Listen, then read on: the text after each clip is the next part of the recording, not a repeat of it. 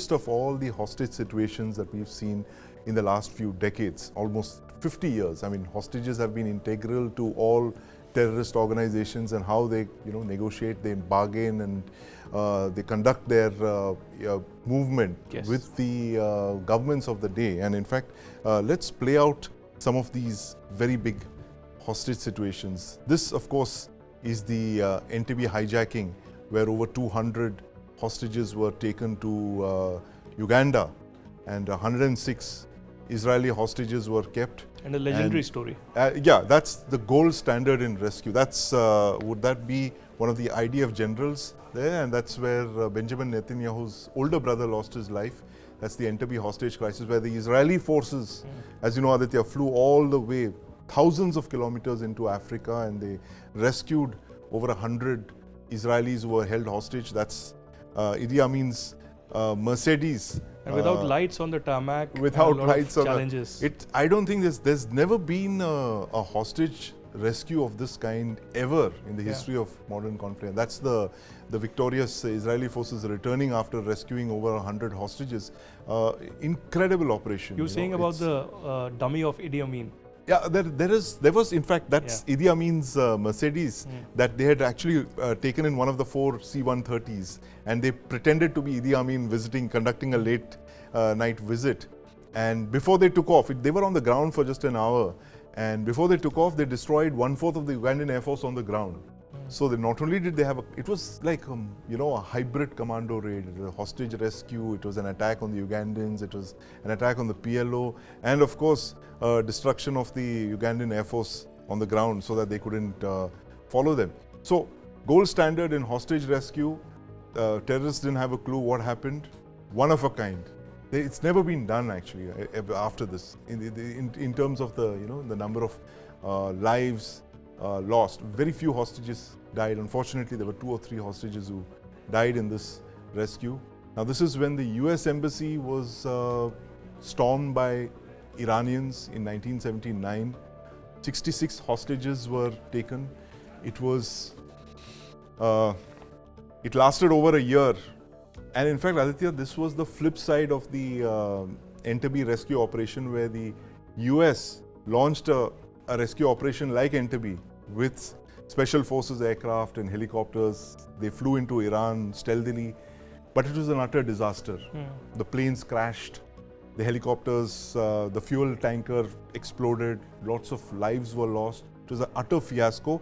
And finally, this hostage situation was resolved through negotiation. When Ronald Reagan became president in 1981, they had a separate track 2 channel, and they rescued those hostages. They got them back. There was that movie as well on this, where they took out a lot of those hostages. It was a Ben Affleck film where the CIA goes in there and pretends to be a movie crew, and then finally we have the Kandahar hijack.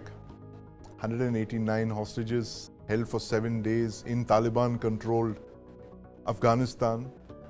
The plane was taken from Kathmandu, brought into Amritsar, where they could have actually held it up in Amritsar, but I think there was a paralysis on the ground. They allowed it to fly to Dubai, and from Dubai it flew to Kandahar.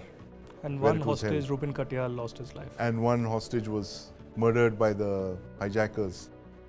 And a lot of similarities, Aditya, to the Israel's release of 1,000 terrorists a few years back in 2006, if you remember. Esmail Ghani was one of them. Was it Esmail Ghani or was it the other? Yahya Sinwar was one of the people who had been freed.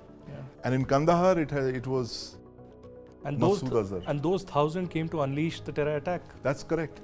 In southern Israel. Similarly with Jaish-e-Mohammed. With Jaish, which was created after this, you had Maulana Masood Azhar released as part of the negotiations for the 160 odd airline passengers, and that ends in their rescue. But then it creates a bigger problem for us, because you have Masood Azhar being released, and he goes on to form the Jaish-e-Mohammed, and another arm of the ISI proceeds to carry on more terror attacks.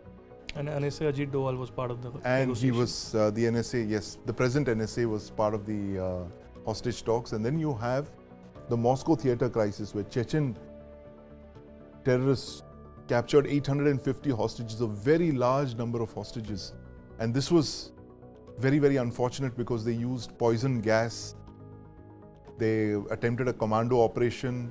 Lots of hostages died. Terrorists, of course, they died, but a lot of the hostages died as well. But a majority of them were freed. About 50 or 60 hostages died during these attacks. After 3 days, you can imagine the suffering of these 850 people in a confined space for 3 days. And finally, you have this hostage crisis in Algeria 10 years ago. The Amenas hostage crisis, where Mokhtar, this one-eyed guy who's supposedly the leader of Al-Qaeda in North Africa, takes in over 800 prisoners. And of course, this is also cleared with a special forces operation. After 4 days, 39 foreign hostages died. It's one of the largest such operations, but again, the collateral was less. But, you know, Aditya, coming back to this situation, it's a very, very, very different situation as compared to any of these that we have seen. They're all very different situations, these 5 of them. There's 2 of them are a classic hijack thing in foreign territory, in hostile foreign territory. The others are within their own territory, like in Algeria or the Moscow siege. But this one is a completely different hostage situation. It's a volatile situation, one. Secondly, one has to understand that the IDF cannot just go in there and look for the hostages and end the operation. Right. There are multiple challenges here. Yeah. They are looking for the hostages, in 2 cities, in fact. Right. One above ground and one underground. Yes. And you do not know how the underground structure really is. Right. Where all, it penetrates from. The tunnels and the tunnel system. And apart from that, if the hostages have been taken with them to the Egyptian border side, then it becomes even bigger challenge, because the entire civilian population has been pushed into that area, and anywhere between them could be the hostages and the Hamas terrorists. So what is the way out? Unfortunately, there will be only negotiations that will end this crisis if we have to secure the release of the hostages alive. Unfortunately, otherwise the death toll will only increase, and that's what the Hamas has warned earlier, that if the airstrikes and the ground invasion continues, they will continue to kill the hostages. And let's remember that there are a lot of American hostages there as well. The youngest of them being a 3-year-old. So there is, the American boots on the ground in the form of, senior officers and commandos who are trying to work with the Israeli IDF and the Air Force. But again, it seems that it will take at least a few days, if not weeks, for the release of the hostages. And meanwhile, there's a report that the Quds force, the Iranian Quds force, which was once headed by Qasem Soleimani, leader of the Quds force, that's Major General Ghani, has sent a message to Yahya Sinwar saying, you hang in there, and we are with you, we are supporting you, we will not let you go down. You think Iran's going to fight Israel down to the last Hamas fighter? I don't think that Iran is going to directly, launch this war or participate. But yes, just like it has been through its proxies, through funding, through ammunitions, through moral and support otherwise, the Iranian leadership, Ayatollah, and apart from the Quds force and the army will continue to back both the Hezbollah, the Hamas and the leadership. There are a lot of photographs and videos doing rounds of their meetings in Qatar, in Lebanon and other places. So it's hardly a secret now that there's an understanding, a tacit support that is continuing.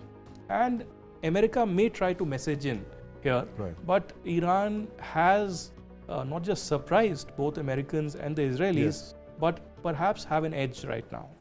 News9 Plus. Download now.